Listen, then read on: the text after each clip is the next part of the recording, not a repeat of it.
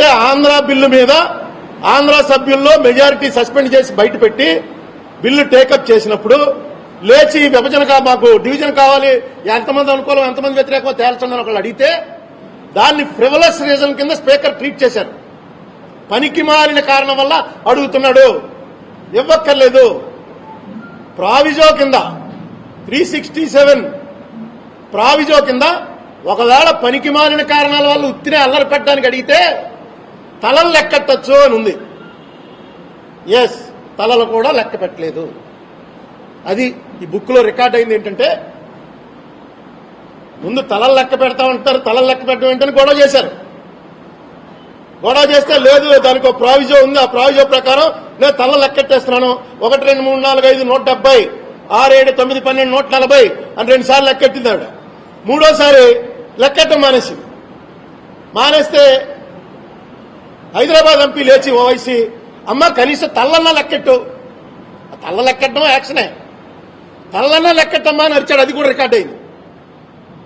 లెక్క పెట్టలా, అయిపోయిందంటే 40 నుంచి 70 వరకు పాస్, 71 నుంచి 96 వరకు పాస్, మొత్తం బిల్లు పాస్, లేచి వెళ్ళిపోయిందంతే. దీనికి కారణం ఏంటంటే ఆ రోజు సభలో మెజార్టీ లేదు. అది కూడా నా దగ్గర ఉంది. ఎంతమంది అటెండ్ అయ్యారో సంతకం పెట్టిన వాళ్ళు ఉన్నారు. అందులో ఏ పార్టీ వాళ్ళు దీనికి అనుకూలం, ఏ పార్టీ వాళ్ళు వ్యతిరేకం, అది కూడా ఉంది నా దగ్గర. పుస్తకంలో అటెండ్ అయిన వాళ్ళ పేర్లు ఉంటాయి కానీ పార్టీలు ఉండవు. నా దగ్గర పార్టీలు ఉన్నాయి. ఎంతమంది అటెండ్ అయ్యారు? 177 మంది అబ్సెంట్ అయ్యారు, 353 మంది అటెండ్ అయ్యారు.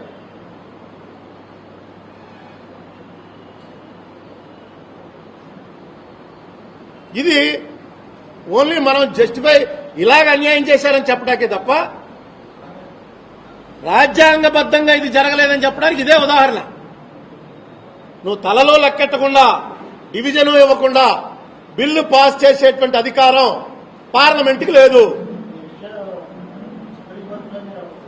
సుప్రీంకోర్టులో బుక్ పట్టుకెళ్ళేశాను. ఏమంటే సుప్రీంకోర్టు గురించి మనం వ్యాఖ్యలు చేయకూడదు. ఒకే ఒకటి మన అందరికీ తెలుసున్న నానుడు ఏంటంటే కోర్టు ఎక్కినవాడు గాడిద ఎక్కినవాడు సమానం. గాడిద ఎక్కినట్టే అది మనం ఇప్పుడు ఉన్నది. ఎటు తీసుకెళ్తుందో, ఎప్పుడు తీసుకెళ్తుందో, వెనకాలతో తంతుందో ఏం తెలియదు మనకి. కోర్టు ఏమైనా చెప్పొచ్చు, దాన్ని మనం విభేదించడానికి లేదు. సుప్రీంకోర్టు అది. ఆ రోజు నా దత్తు గారు ఏం చెప్పాడు? ఇంకా మెచ్యూర్ అవ్వలేదు, ఇంకా మెచ్యూర్ అవ్వలేదు, ఇంకా మెచ్యూర్ అవ్వలేదు అని పక్కన పారేశాడు. అయిపోయిన తర్వాత ఏడమ్ము అయిపోయింది కదా ఇంకేంటన్నాడు. ఇంకా కోర్టు ఎందుకు? ఇవి పార్లమెంట్లోనే తేలాలి. మొన్న కర్ణాటకలో సుప్రీంకోర్టు కనుక లైవ్ టెలికాస్ట్ ఇవ్వండి అని చెప్పకపోతే ఈవేళ కర్ణాటకలో బీజేపీ గవర్నమెంట్ ఉన్నాం. సేమ్ ఇదే చేతులు, తలుపులు వేసేసి టెలికాస్ట్ ఆపేద్దరు. మీరు మిమ్మల్ని అవ్వండి కూడా చూడటమే తప్ప కెమెరా తీసుకోవడానికి ఉండదు. టెలికాస్ట్ ఆపేస్తారు. స్పీకర్ గారు లెక్కెడతారు. 170 ఇటేపు ఉన్నాయి, వీళ్ళందరూ కలిపి 30 మంది ఉన్నారు. క్లోజ్ వచ్చేస్తాడు. తర్వాత ఆయన కొనుక్కుంటాడు మళ్ళీ నెక్స్ట్ టైంకి. హార్స్ ట్రేడింగ్ ఎలాగా ఉంది. సుప్రీంకోర్టు ప్రజాస్వామ్యానికి చేసిన పెద్ద ఉపకారం ఏంటంటే ఆవేళ చిన్న మాట అందంతే, స్పీకర్ను కూడా మార్చడానికి నాకు లేదండి. ఈ స్పీకర్ని ఎలా పెడతారు? ఇంటర్మ్ స్పీకర్ అంటే సీనియర్ మోస్ట్ పెట్టాలి. ఉన్నాడు అక్కడ సీనియర్ మోస్ట్. వీళ్ళకి కావాల్సిన స్పీకర్ను పెట్టేసుకున్నారు అని ఆర్గ్యూ చేశారు కాంగ్రెస్ వాళ్ళు, బీజేడీ వాళ్ళు. చేస్తే స్పీకర్ని మార్చడానికి మాకు లేదు. మాకున్న రాజ్యాంగం ప్రకారం మేము పోతున్నాం, స్పీకర్ని మార్చడానికి లేదు అని రాజ్యాంగంలో లేకపోయినా ఒక మాట అన్నారు. సుప్రీంకోర్టుకి నమస్కారం పెట్టాలి, లైవ్ టెలికాస్ట్ చేయండి అన్నాడు. లైవ్ టెలికాస్ట్ చేయాలని రాజ్యాంగంలో ఎక్కడ లేదు. కానీ వాళ్ళు డెమోక్రటిక్ స్పిరిట్ లో మన ఆంధ్ర బిల్లు కూడా ఆవేళ టెలికాస్ట్ ఆపకపోతే మనం ఇప్పుడు మళ్ళీ ఆపి అక్కడ పెట్టలేం కదా. ఇప్పుడు తెలిసింది కర్ణాటక జరిగిన తర్వాత లైవ్ టెలికాస్ట్ అన్నది ఎంత పవర్ఫుల్లో, మీడియా అన్నది మీరు ఎంత పవర్ఫుల్లో, మీరు అక్కడ ఏం చూపిస్తారో అన్న భయంతో అలా లేచి ఆయన యడ్యూరప్ప గారు నేను ప్రజాస్వామ్యానికి కట్టుబడి వెళ్ళిపోతున్నాను, వాకౌట్ చేసి వెళ్ళిపోతున్నాం, నాకు ఆడొస్తాన్నాడు వీడొస్తాన్నాడు ఎవడు రాలేదు అని వాజ్పేయితో పోల్చుకుని, వాజ్పేయి 1998లో ఇదే చేశాడు, నేను ఇదే చేస్తున్నాను. 99లో ఒక్కోటితో దింపేసినప్పుడు, 96లో ఆయన ఏం చేశాడో ఆయనే నాకు ప్రామాణికం అన్నట్టు మాట్లాడాడు. ఆయన ఎవరిని కోరలేదు. ఆయన 13 రోజులు దిగిపోతాడని ఆయనకి తెలుసు. వచ్చాడు, కూర్చున్నాడు, చెప్పాడు, మెజార్టీ లేదన్నాడు, వెళ్ళిపోయాడు. వీళ్ళు అన్ని రకాల ప్రయత్నాలు చేశారు. ఒకే ఒక ఆటంకం ఏంటంటే లైవ్ టెలికాస్ట్ ఇవ్వండి, అన్న దాంతో క్లోజ్ అయ్యారు. మన లైవ్ టెలికాస్ట్ ఆపారు కాబట్టి 4 ఏళ్లైనా ఇప్పటికీ ఎవడో పట్టించుకోవట్లేదు. నేను మీ ద్వారా జగన్మోహన్ రెడ్డి గారి పార్టీని కోరేది ఏంటంటే, ఈవేళ ఏమో ఎందుకు వచ్చిందో ఆవిడ స్పీకరు వారం రోజులు ఆగి రెండంది. ఈ అవకాశాన్ని రాష్ట్రానికి అనుకూలంగా మలచండి. మలిచి ఒక నోటీసుకి మీరు వెళ్ళకపోతే చాలా ఆవిడ ఎంప్లాయిడ్ ఇదేంటంటే నేను ఆమోదించనండి. ఒకవేళ మీరు నోటీస్ ఇవ్వగానే ఆమోదించిందనుకోండి మనకు కథ అర్థమైపోతుంది. ఎందుకంటే ప్రధానమంత్రి గారే సభలో అంటాడు తలుపులు మూసేసి అన్యాయం చేశారు ఆంధ్రాకని. ప్రధానమంత్రి వాళ్ళ పార్టీ సపోర్ట్ పాస్ అయిన బిల్లు మీద నిన్న మహానాడులో ముఖ్యమంత్రి గారు అంటాడు తలుపులు మూసేసి అన్యాయం చేశారు మాకని. ఇంత అన్యాయం జరిగిపోయి ఎవడో నోరెత్తపోతే రేపు పొద్దున స్పెషల్ కేటగిరీ కాదు, అసలు మనకి రావాల్సిన డివల్యూషన్ రావాల్సిన డబ్బులు మాత్రం ఎందుకు ఇస్తారు? ఎందుకు ఇవ్వాలి? వీళ్ళకేం ఇవ్వక్కలేదండి. వీళ్ళు డైరెక్ట్ గా అంత అన్యాయం చేస్తేనే ఎవడో నోరెత్తడానికి వీళ్ళకి దమ్ము లేదు. రేపు పొద్దున మళ్ళీ యూపీఏ అన్న రావాలి, ఎన్డీఏ అన్న రావాలి. చంద్రబాబు నాయుడు అయితే ప్రధానమంత్రి అవ్వడు కదా, లోకేష్ అవ్వద్దు అన్నాడు, ఆయన అవ్వడు. ఈ రెండిట్లో ఏదో పార్టీ వస్తుంది, ఇందులో ఇద్దరు ముద్దాయిలు. ఇప్పుడు కాకపోతే ఇంకెప్పుడు అడుగుతారు? కనీసం ఈ లోక్సభ క్లోజ్ అయ్యే లోపల ఆంధ్రాలో కొంచెం లేట్ అవుతుంది కానీ వీళ్ళు ఎప్పుడోకప్పుడు నిన్న చెప్తున్నాడు ఆయన తెలుగు వాళ్ళతో పెట్టుకున్నారా మొత్తం నాశనం అయిపోతారు జాగ్రత్త అని చెప్పి శాపనార్థాలు పెట్టడం కాదు, అమల్లో చేసి చూపించాలి. ఒక నోటీస్ ఇస్తే ఏంటి మీకు నష్టం? వాళ్ళు నోటీస్ అడ్మిట్ అవ్వలేదనుకోండి, వచ్చి అక్కడ ప్రెస్ మీట్ పెట్టి చెప్పండి, ఈ బుక్ చూపించండి. ఇంత అన్యాయం ఈ దేశంలో ఎక్కడైనా జరిగిందా? పార్లమెంట్ పరువు తీయకూడదని మేము ఎన్నాళ్ళు బయట పెట్టలేదు. రాజ్యాంగ వ్యవస్థలైన లోక్సభ, రాజ్యసభ ప్రజలు చీ అంటారనే ఉద్దేశంతో మేము ఇది బయట పెట్టలేదు. అయినా ఈవేళ బయట పెట్టక తప్పట్లా, ఎందుకంటే అన్యాయం మీద అన్యాయం జరుగుతుంది కాబట్టి అని చెప్పండి. మీడియాను పిలిచి మాజీ స్పీకర్లు ఎవరెవరో బతుకున్నాళ్ళో వాళ్ళందరినీ తీసుకొచ్చి మీటింగ్ పెట్టండి ఢిల్లీలో. ఇంతకన్నా అన్యాయం ఉంటుందండి. ఎందుకో ఎవరో కూడా దీని మీద స్పందించడానికే ఇష్టపట్టలే. ఏం నష్టం వస్తుందో నాకైతే అర్థం కావట్లే. రికార్డు పెట్టే కదా మనం అడుగుతున్నది, మనమేం ఊహించి చెప్పట్లేదు. ఏమండి ఓట్లు రావు, తర్వాత ఏమీ రాదు మనకి. నేను ఈవేళ చెప్తున్నాను, 25 సీట్లు చంద్రబాబు నాయుడు గారో లేకపోతే జగన్మోహన్ రెడ్డి గారో నెగ్గారు అనుకోండి, చెప్పమనండి ఎలా తీసుకొస్తారో. ఎలాగా 25 సీట్లతోటి 545 సీట్లున్న పార్లమెంట్ లో 25 సీట్లతో చక్రం తిప్పుతారా? ఎలా తిప్పుతారో చెప్పండి. పోనీ ఊరికే 25 మాకేసేయండి 25 మాకేసేయండి అని అయిపోయిన తర్వాత మళ్ళీ ఏడాది ముందు ఎలక్షన్ ఉన్నప్పుడు చూసుకోవచ్చు. ఈ జనాలకు ఏం పట్టదు. జనం పోలరైజ్ అయిపోయి ఉన్నారు, మీడియా పోలరైజ్ అయిపోయింది, మొత్తం అన్ని వ్యవస్థలు పోలరైజ్ అయిపోయి ఉన్నాయి. మనకేం నష్టం లేదు. ఈ ఆలోచనతోటి ఎంత ద్రోహం చేస్తున్నారంటే, ఈవేళ మనకు రావాల్సింది పోవటం కాదు, రేపు నుంచి అసలు మన మనుషుల కింద చూడరు. ఏళ్ళనేటండి పట్టించుకునేది ఏంటని ఇంత తలుపులు మూసేసి వాళ్ళ సభ్యులందరినీ సస్పెండ్ చేసి బయట తోసేసి తలుపులు మూసేసి బిల్లు పాస్ అయిపోయిందని చెప్తే ఆధారాలన్నీ ఉన్నా కూడా పోనీ ఇది లేదనుకోండి రికార్డు, నువ్వు చెప్పిన దాన్ని ఎందుకు నమ్మాలా అనొచ్చు. వాళ్ళ రికార్డు చూపిస్తున్నా సరే ఇక్కడ ఎవడో అడగనండి బాబు, ఎవడో పార్లమెంట్ లో వచ్చి అడిగే దమ్ముందా వాళ్ళకి? 4 ఏళ్లు మనం అవతల కంటేనే మా నోరెత్తలేకపోయారు. ఈవేళ ఎలక్షన్లు వచ్చాయి కాబట్టి బీజేపీని తిడితే ఓట్లు వస్తాయని ఒకళ్ళు, బీజేపీతో కలిస్తే ఓట్లు వస్తాయని ఒకళ్ళు బిహేవ్ చేస్తున్నారు తప్ప స్టేట్ ఇంట్రెస్ట్ లో ఎక్కడ బిహేవ్ చేశారు అనే ఆలోచన వాళ్ళకి రాదా? దయచేసి జగన్మోహన్ రెడ్డి గారు ఎలా అయితే అవిశ్వాస తీర్మానంలో ఒక అడుగు ముందేశారో అలాగే ఇందులో కూడా ఒక అడుగు ముందేయండి. చర్చ పెట్టండి. చర్చ పెడితే కాంగ్రెస్ తప్పు చేసిందో బీజేపీ తప్పు చేసిందో వాళ్ళు తేల్చుకుంటారు. బిల్లు పెట్టడమే తప్పని బీజేపీ అంటే నువ్వెందుకు మద్దతు ఇచ్చావని వాళ్ళు అడుగుతారు. ఆ చర్చలో అసలు ఏమొస్తుందో బయటికి చూద్దాం. ఒక్క మాట కూడా మనం క్రియేట్ చేసి చెప్పక్కర్లా, అంత రికార్డే.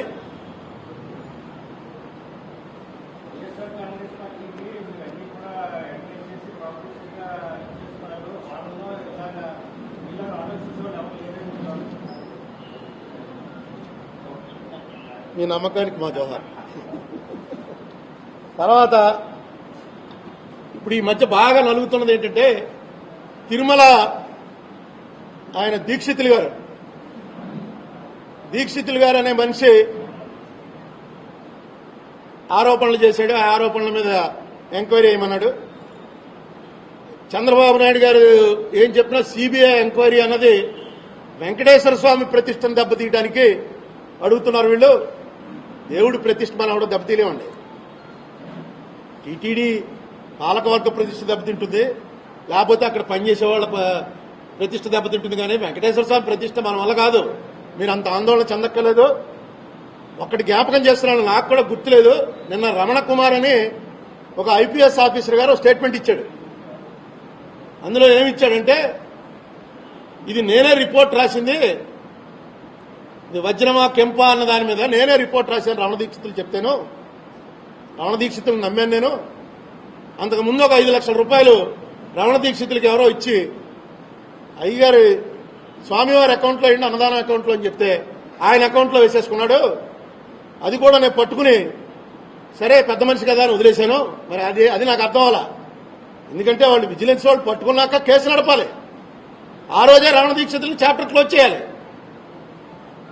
స్వామివారికి ఏమన్నా డబ్బు తన అకౌంట్లో వేసుకుంటే మరి ఈయన ఎలాగా వదిలేశాడో, వదిలేయడానికి రైట్ ఎలా ఉందో నాకైతే అర్థం కాలేదు. నేను రమణ కుమార్ అన్న గురించి ఎంక్వైరీ చేస్తే స్టేట్ ఫార్వర్డ్ ఆఫీసర్ అని చెప్పారు. 2008లో చంద్రబాబు నాయుడు గారు స్వయంగా floor of the house Rajasekhara రెడ్డిని తిరుమల తిరుపతి మీద సిబిఐ ఎంక్వైరీ చేయమని అడిగట్ట. అసెంబ్లీ రికార్డుల్లో ఉంది. అంచేత సిబిఐ ఎంక్వైరీ చేస్తే ఏమి ప్రతిష్ట దెబ్బతిందన్నది చంద్రబాబు నాయుడు గారికి తెలుసు. ఎందుకంటే చంద్రబాబు నాయుడు గారు వెంకటేశ్వర స్వామి ప్రతిష్ట దెబ్బతినే పని ఎందుకు చేస్తాడు? ఆయన తిరుపతి చిత్తూరు జిల్లా మనిషి, ఆయనకు అన్ని తెలుసు. ఆయనే అడిగాడు. మరి ఏ ఇష్యూ మీద అడిగాడో తెలియదు కానీ ఆయన సిబిఐ ఎంక్వైరీ ఏమని అడిగాడని. అప్పట్లో మీకు గుర్తుందో లేదో 7 కొండల్లో 2 కొండలు చర్చికి ఇచ్చేశాడు రాజశేఖర రెడ్డి అని పెద్ద గొడవ చేశారు. అసలు చర్చికి ఇవ్వటం ఏంటో, కొండల మీద చర్చిలు కట్టడం ఏంటో ఎవరికి. అప్పుడు ఆయన ఏం చేశాడు రాజశేఖర రెడ్డి? ఒక జీవో ఇచ్చాడు. అప్పుడు దాకా జీవోలు లేవు. 7 కొండలు వెంకటేశ్వర స్వామికే చెందుతాయి అని రాష్ట్ర ప్రభుత్వం తరఫున జీవో ఇచ్చాడు. బాబు చాలా మీకు ఇంకా ఏంటి నా మీద ఈ అల్లరి. ఈవేళ ఏంటి అభ్యంతరం? పోనీ సిబిఐ ఎంక్వైరీ వద్దు, మీరు వెయ్యండి ఒక ఎంక్వైరీ. రమణ దీక్షితులు అనే మనిషి చేసిన ఆరోపణల మీద మీరు ఒక ఎంక్వైరీ వేయండి. వేసి ఇందులో నిజమెంత? ఆయన ఏమంటాడు? అక్కడ ఎక్కడైతే వంటలు చేయాలని ఆగమ శాస్త్రం నిర్ణయించిందో ఆ వంటలు చేసే ప్లేసు ఆపేశారు. 4 నెలల పాటు బయట వండించి ప్రసాదాలు పెట్టారు. నాకు ఫోటోలు కూడా పంపారు. ఎవరెవరో ఏమేం ఫోటోలు పంపిస్తున్నారు. క్లోజ్ అయిపోయినటువంటి పోటు, అక్కడ తవ్వుతున్నవి, తవ్వి పక్కన పారేసినవి, ఇవన్నీ ఫోటోలు తీసి పంపించేస్తున్నారు వాట్సాప్లో. పోనీ సిబిఐ ఎంక్వైరీ అయితే ఎవరికి చుట్టుకుంటుందో అని భయం ఉంటే మీరు పాత ఎవరెవరైతే టీటీడీ ఎగ్జిక్యూటివ్ ఆఫీసర్స్ గా పనిచేసిన రిటైర్ అయిపోయిన ఐఏఎస్ ఆఫీసర్లు ఎవరున్నారో ఐవైఆర్ కృష్ణారావు అక్కడిని పక్కనెట్టి, ఎందుకంటే అతను మీకు వ్యతిరేకం కాబట్టి మీకు అనుకూలమైన వాళ్ళనే పిలవండి, పిలిచి వెళ్ళి ఎంక్వైరీ చేయమనండి. ఎంక్వైరీ రిపోర్ట్ వస్తుంది. అసలు ఎంక్వైరీ అడగడమే తప్పు అంటే మీరు ఎలా అడిగారు 2008లో?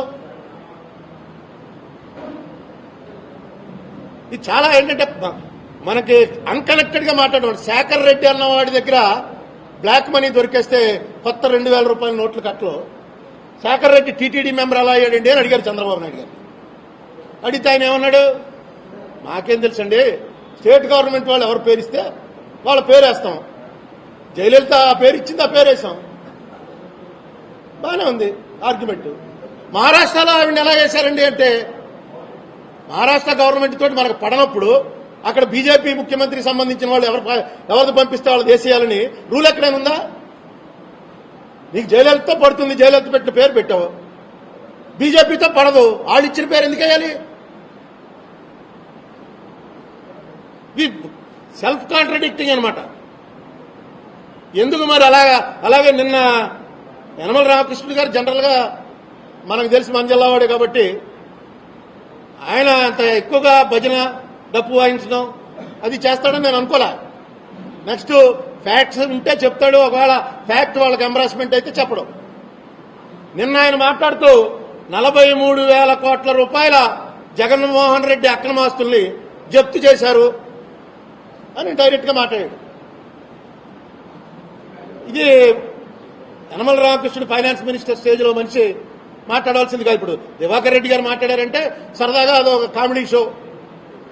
యనమల రామకృష్ణ గారు కూడా 43,000 కోట్లు అంటే ఎలాగా? అసలు అక్కడ మొత్తం నాకు తెలిసి 1,300. ఆ 1,300లో 500 ఎంతో క్లియర్ అయిపోయిందిట. దాని మీద రాష్ట్ర ప్రభుత్వం దగ్గర ఏమైనా వివరాలు ఉంటే ప్రకటించాలి.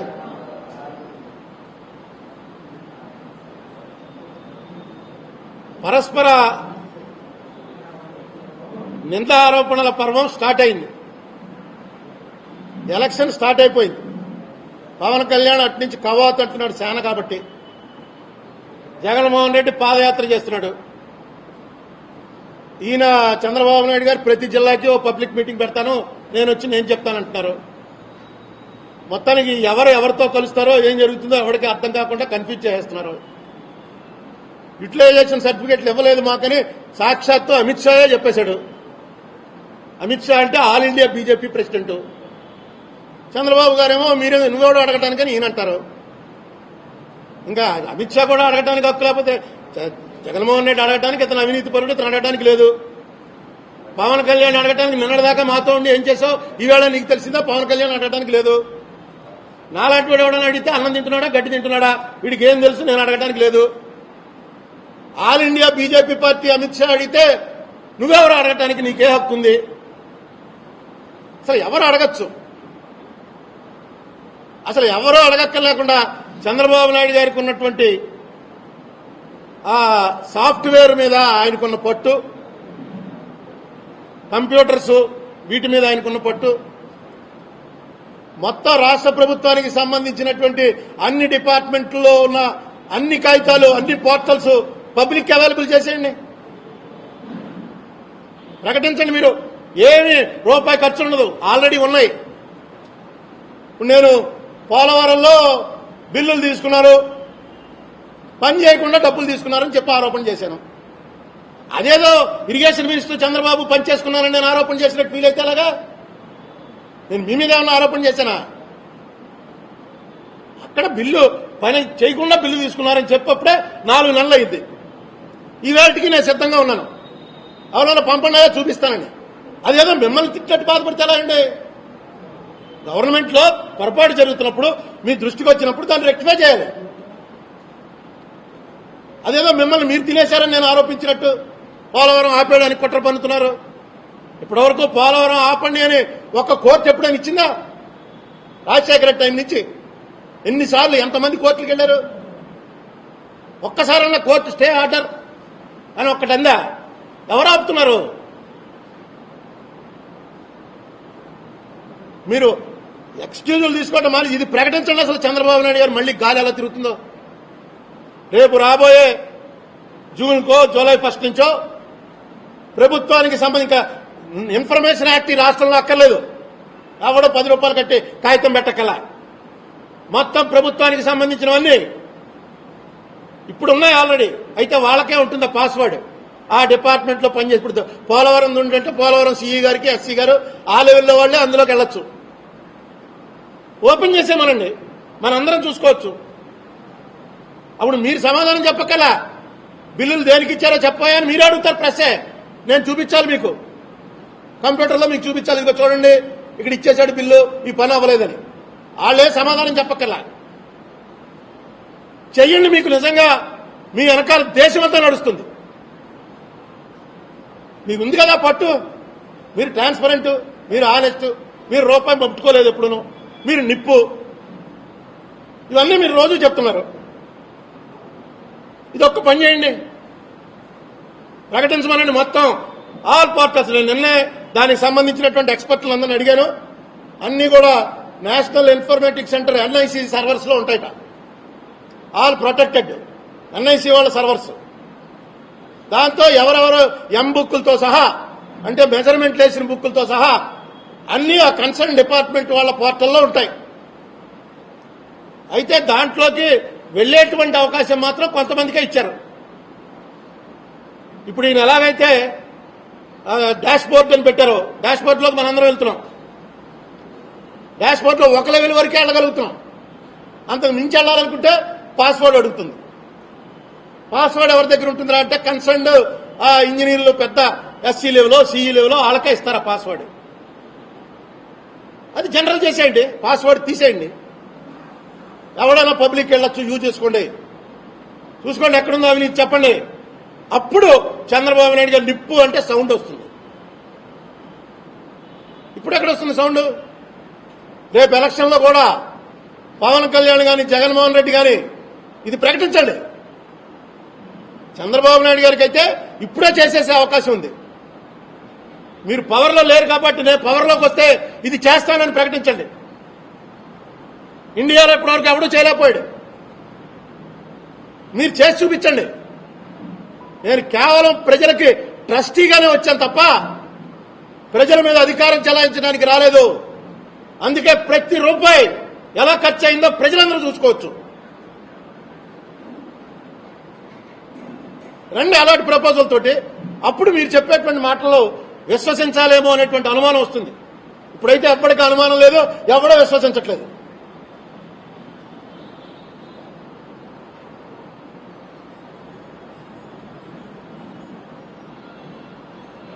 తర్వాత నిన్న మళ్ళీ ఒక మాట చెప్పారు, ఇంత ముందు చెప్పాను మీకు. మళ్ళీ ఒక మాట ఏం చెప్తున్నారంటే బీజేపీ తోటి కలవటం వల్ల మాకు రావాల్సిన సీట్లు తగ్గిపోయాయి. చంద్రబాబు నాయుడు గారు ఆయన నిన్న స్టేజ్ మీద ఉన్న వాళ్ళందరూ అదే మాట చెప్పారు. బీజేపీతో కలవటం వల్లే తగ్గిపోయాయి, కావాలంటే మున్సిపల్ ఎలక్షన్ రిజల్ట్ చూసుకోండి. దానికి ఇంత ముందు చెప్పాను, మళ్ళీ చెప్తున్నాను. లోకల్ బాడీ ఎలక్షన్స్ లో తెలంగాణలో కాంగ్రెస్ కి 21 మున్సిపాలిటీలు వచ్చాయి, టీఆర్ఎస్ కి 8 వచ్చాయి. కాంగ్రెస్ కి 2 కార్పొరేషన్లు వచ్చాయి, టీఆర్ఎస్ కి 1 కార్పొరేషన్ వచ్చింది. మనకి వాళ్ళకి ఒకసారి జరిగే ఎలక్షన్లు. వెంటనే జరిగిన అసెంబ్లీ ఎలక్షన్లో ఈ రిజల్ట్ రాకముందే అసెంబ్లీ ఎలక్షన్లు జరిగాయి. టీఆర్ఎస్ స్వీప్ చేసింది. అక్కడ ఇక్కడ తెలుగుదేశం బీజేపీ పవన్ కళ్యాణ్కి వచ్చిన దానికన్నా టీఆర్ఎస్ కి చాలా ఎక్కువ ఓట్లు వచ్చాయి, ఎక్కువ సీట్లు వచ్చాయి. లోకల్ బాడీస్ కి అసెంబ్లీ పార్లమెంట్ కి సంబంధం ఉండదు. లోకల్ బాడీస్ మీ పార్టీ బలంగా ఉంది కాబట్టి మీకు ఎక్కువ సీట్లు వచ్చాయి. అక్కడ కాంగ్రెస్ బలంగా ఉంది కాబట్టి కాంగ్రెస్ కి ఎక్కువ వచ్చాయి. తర్వాత బీజేపీ తోటి బీజేపీ రేపు పవర్లోకి రాకపోవచ్చు, కానీ బీజేపీ అయిపోయిందని అనుకోకండి. బీజేపీ వాళ్ళు డెఫినెట్ గా ప్రతిపక్షంలో పవర్లోకి వచ్చినా కూడా అవకాశాలు ఉన్నాయి. ఇంకా మొన్న వచ్చినట్టుగా 242 సీట్లు రాకపోవచ్చు, కానీ పవర్లోకి వచ్చే అవకాశాలు ఇంకా ఉన్నాయి. ఇంకా వాళ్ళ చేతిలో కొన్ని స్టేట్స్ ఉన్నాయి. రేపు పవర్లోకి వచ్చాక మీకు స్పెషల్ కేటగిరీ స్టేటస్ అని ఎలాగా పవర్లోకి వస్తే ఎవరు ప్రతిపక్షంలో ఉంటే రాకుండా చేస్తారు. మీరు మాట్లాడే మాటలకి ఏ లెవెల్కి వెళ్ళిపోతున్నారు? Allegations, personal allegations. ముఖ్యమంత్రి కూర్చున్న డయాస్ నుంచి ఒక పార్లమెంట్ సభ్యుడైనటువంటి జేసీ దివాకర్ రెడ్డి గారు మైకులో మాట్లాడుతూ ప్రజలందరూ వింటుండగా జగన్మోహన్ రెడ్డికి మోడీ 1500 కోట్లు ఇచ్చాడు అని ఆరోపణ చేస్తే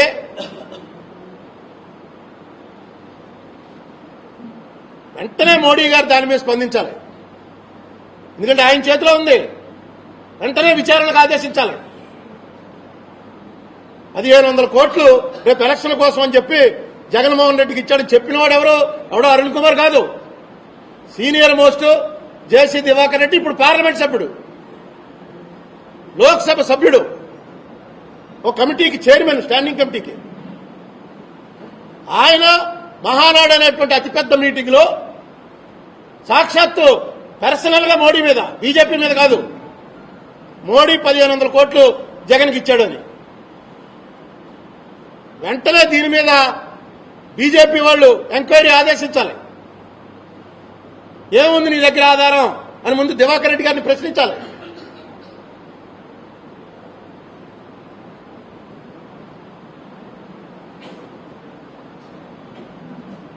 ఈ ఎలక్షన్లో సీట్లు రావటం కోసం రాష్ట్రాన్ని ఏకాకి చెయ్యొద్దు.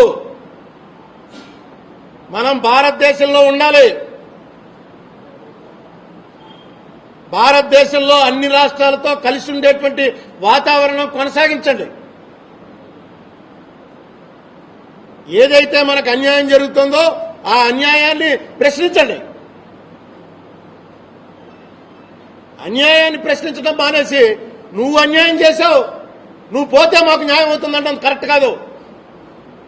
మన వల్లే ఈ అన్యాయం జరుగుతుంది, మనకు చేతకాక. అన్ని ఆధారాలుండి కూడా ప్రశ్నించలేనటువంటి దుస్థితిలోకి మనం వచ్చేసాం కాబట్టి మనని వాళ్ళు అసలు కన్సిడరేషన్లో తీసుకోవట్లే.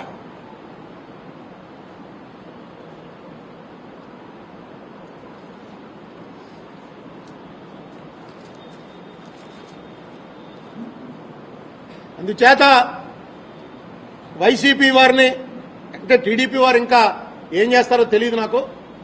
వాళ్ళకి వెళ్ళింది కాగితం. ఒకళ్ళిద్దరు టీడీపీకి సంబంధించినటువంటి వాళ్ళు దాని మీద నన్ను ఎంక్వైరీ చేయటం, అంటే సీఎం లెవెల్ వాళ్ళు కాదు, వాళ్ళకి నేను కొంత ఇన్ఫర్మేషన్ ఇవ్వడం జరిగింది. ఇప్పుడు వైసీపీకి కూడా అవకాశం వచ్చింది కాబట్టి వైసీపీ వాళ్ళు కూడా దీని మీద ఆలోచన చేయమని కోరటం కోసం నేను ఈ ప్రెస్ మీట్ పిలిచాను. మీకు 5-6 తారీఖులు ఒక్కళ్ళు ఇస్తే చాలు నోటీసు, మీరు 5గురు కలిసేవాడి నోటీస్ అడ్మిట్ అవ్వకపోతే on the floor of the house రాజీనామా ఇస్తే ఆవిడ ఆమోదించి తీరాలి. మళ్ళీ పక్క పిలవటం, లోపల పిలిచి అడగటం ఏముండదు. అడ్మిట్ చేయలేదు ఆవిడ, వెంటనే 5గురు లేచి రాజీనామాలు ఇచ్చేసి వచ్చేయండి. దానికి దీనికి 10 రోజులు తేడా అవుతుంది అంతే. మాన్సూన్ సెషన్లో చేసేయించది. సీఎం గారి కంటే సీఎం గారితో నేను పర్సనల్ గా కలిసి చెప్పలేదు కాబట్టి ఆయనకి లేఖ రాశాను. వీళ్ళలో చాలా మందికి మొత్తం మెటీరియల్ అంతా నాకు చాలా మంది క్లోజ్ ఉన్నారు కాబట్టి ఈ పార్టీలో అందరికీ కూడా తెలిసింది. ఆ పార్టీలో కూడా తెలిసిన ఆ పార్టీ నాయకుడు చంద్రబాబు నాయుడు ఎన్డీఏలో భాగస్వామిగా ఉన్నాడు కాబట్టి ఆయనకి ఎప్పటికప్పుడు వాళ్ళ ఎంపీల ద్వారా తెలియజేస్తూ వచ్చాను. అయితే ఎన్డీఏలో భాగస్వామిగా ఉన్నాడు కాబట్టి ఆయన వెళ్ళకపోవచ్చనే నేను అనుకున్నాను. ఎంబరాస్మెంట్ క్రియేట్ చేయడం ఇష్టం లేక ఇవాళ బయటకు వచ్చాడు కాబట్టి ఆయనకి లెటర్ రాశాను. జగన్మోహన్ రెడ్డి ఎప్పుడు కూడా ఈ స్పెషల్ కేటగిరీ స్టేటస్ గురించి దెబ్బలాడుతున్నాడు కాబట్టి నేను వెళ్ళినప్పుడల్లా అడిగాను, ఇవి చూపించాను. మరి ఏం చేస్తారో చూడాలి, ఎందుకంటే వాళ్ళ ఇష్టం, అది మనం ఇన్సిస్ట్ చేయలేము. దీనివల్ల ప్రయోజనం ఏంటంటే ప్రశ్నించేటువంటి నేచర్ ఉంది ఈ రాష్ట్ర ప్రజలకి. ఆ రోజు చాలా తప్పు చేశాం, ఇంకెప్పుడు కూడా ఇలా తలుపులు మూసి టెలికాస్ట్ ఆపేసి ఏ రాష్ట్రానికి అన్యాయం చేయకూడదు అనేటువంటి భావన లోక్సభకు కలగాలి. రాజ్యసభలో కూడా అంతకన్నా పెద్ద బ్లండర్స్ చేశారు. లోక్సభ స్పీకర్ చెప్పిన దానికి పూర్తి విరుద్ధంగా రాజ్యసభలో రూల్ ఇది అని చెప్పాడు. అక్కడో రూల్ ఇక్కడ రూల్ లేదు. అవన్నీ బయటికి రావాలంటే ఉభయ సభల్లోనూ చర్చ జరగాలి. జరిపించేటువంటి ప్రయత్నం చేస్తారని చెయ్యాలని కోరుకుంటున్నాను.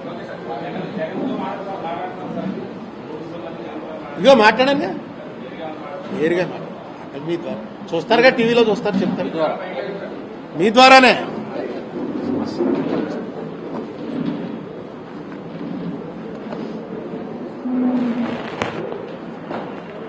హాయ్ ఫ్రెండ్స్, మా టుడే టుమారో యూట్యూబ్ ఛానల్ చూస్తున్నందుకు చాలా థ్యాంక్స్. మరిన్ని లేటెస్ట్ వీడియోస్ కోసం వెంటనే సబ్స్క్రైబ్ చేయండి. అలాగే ఈ బెల్ ని కూడా రింగ్ చేసేయండి. మా నోటిఫికేషన్స్ అన్ని మీ మొబైల్లో వస్తాయి. అలాగే మా వీడియోస్ మీకు నచ్చితే లైక్ చేయండి, షేర్ చేయండి, నచ్చకపోతే కామెంట్ చేయండి.